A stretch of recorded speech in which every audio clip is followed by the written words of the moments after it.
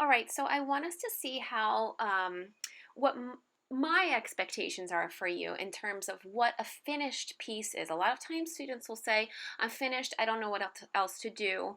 And I thought we should start off the course looking at an example of what you can do to really make your piece truly finished. So I'm starting off here with a drawing. Your drawing might be this advanced, it might be less advanced, whatever skill level you're comfortable with, you just need to do the best that you can do. You may be using a reference, like looking at a photo.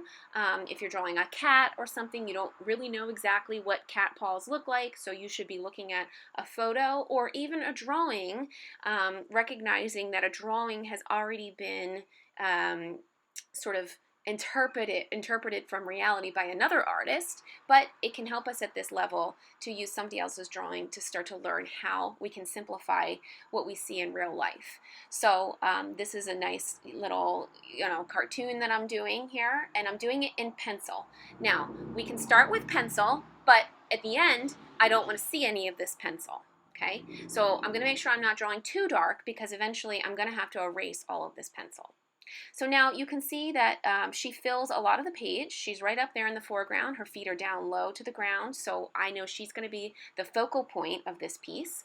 And I'm adding in a background now. My background kind of has a sense of space. The line underneath the mountains there shows us where the mountains end and the grass begins. It gives me a sense of background, middle ground, and foreground. So like we have this sense that we can go deep into space inside this picture here.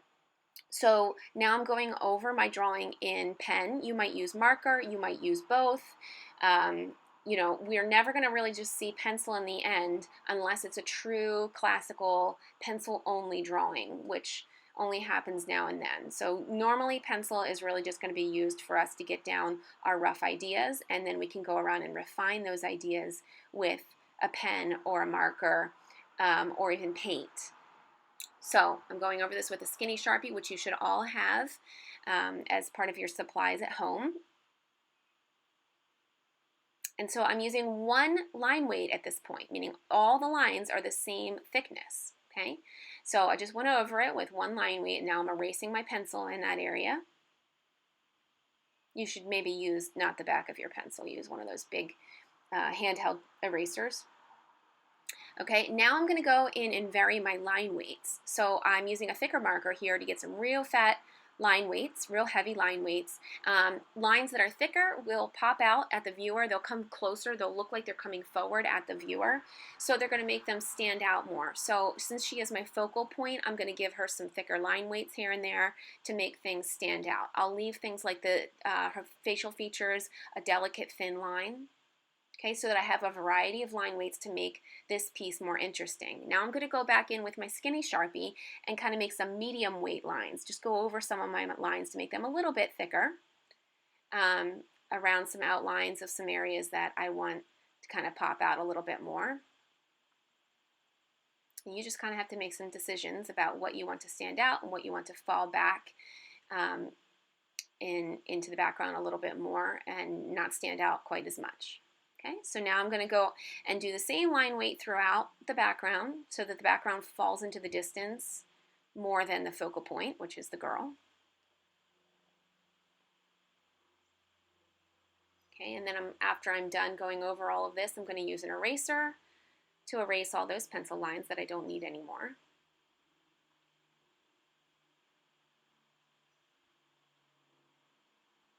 Okay, and again, you want to probably not use the back of your pencil because that eraser goes so quick and you might rip your paper and be sad. So you want to use like maybe your handheld eraser instead. Okay, this hill she's standing on in the foreground is going to kind of need to stand out because it's right up close to us in the foreground, so I thicken that line up a little bit. I'm going to thicken up some of the edges of these stones that are closest to us.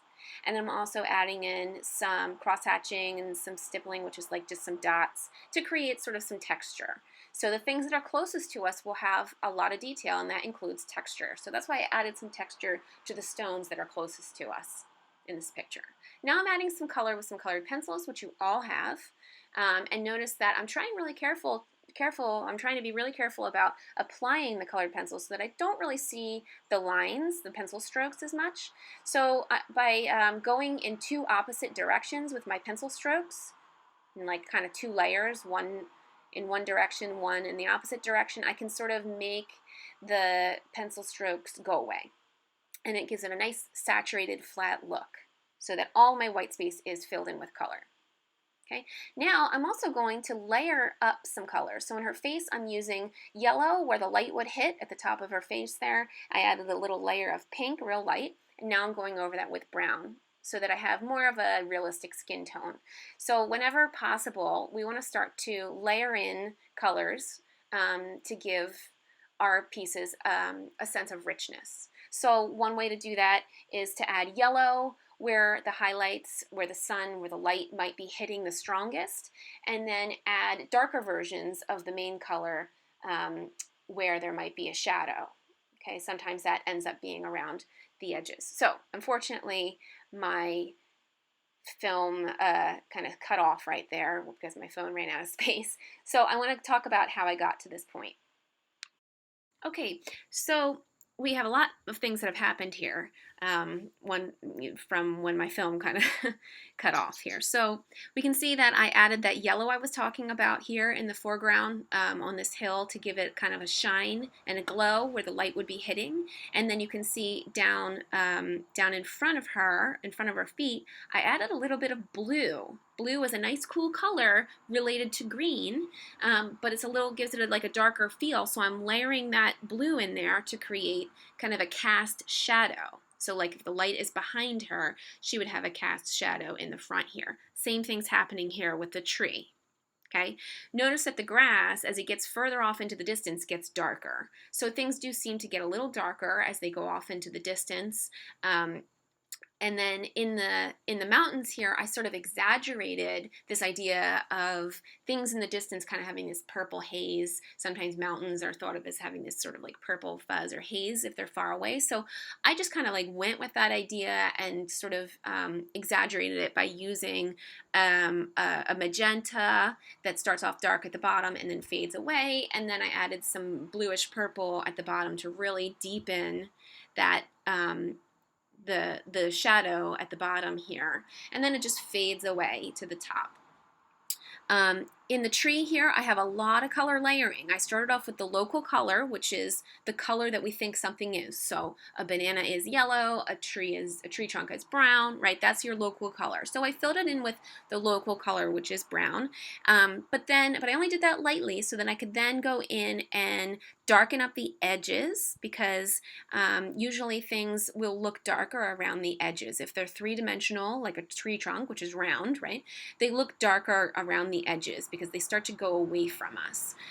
So I darkened up the edges. I also added in even a little blue. If you look closely, there's some blue in here to sort of add a level of richness by having more than just a local color in there. So I have a little blue, and then you can see I have a bit of an orange and yellow here to kind of make the center of that tree trunk pop because it's coming out, it's coming towards us. It's three-dimensional. Same thing in the tree up here. I have the local color, which is green, but then I went in with the yellow where the light would hit at the top, and then I darkened up the bottom just a little bit here.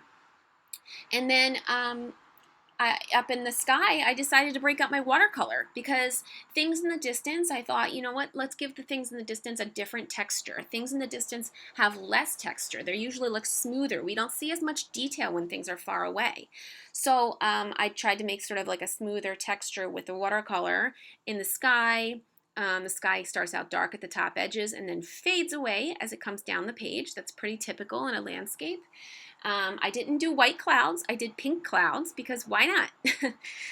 You don't have to do things. Please consider doing things that are not realistic, that are outside the box, that are not expected. White clouds are so boring. You know, a yellow sun, so boring. Why can't we have a purple sun? Why can't we break the rules and make things a little bit interesting? Because that is the beauty of art. All right? So I added some yellow with the watercolor at the top of the mountains there too to give them a little glow. Then my final thing that I did was I took out my pen again and I added some fun little patterns in my tree, I added some color then to fill in those patterns. I added some stippling, which is dots that kind of start off real close together along the edges here, and then they fade away. They get further apart from each other, and there's less of them toward the center, just to give it like a fun little quirky abstract something to look at, something more to look at than just a tree back here. Same with her dress. I put a little pattern in there. Wasn't sure how that was going to turn out, but I decided to take a risk and add a pattern in there, a little checker pattern, and see how it went.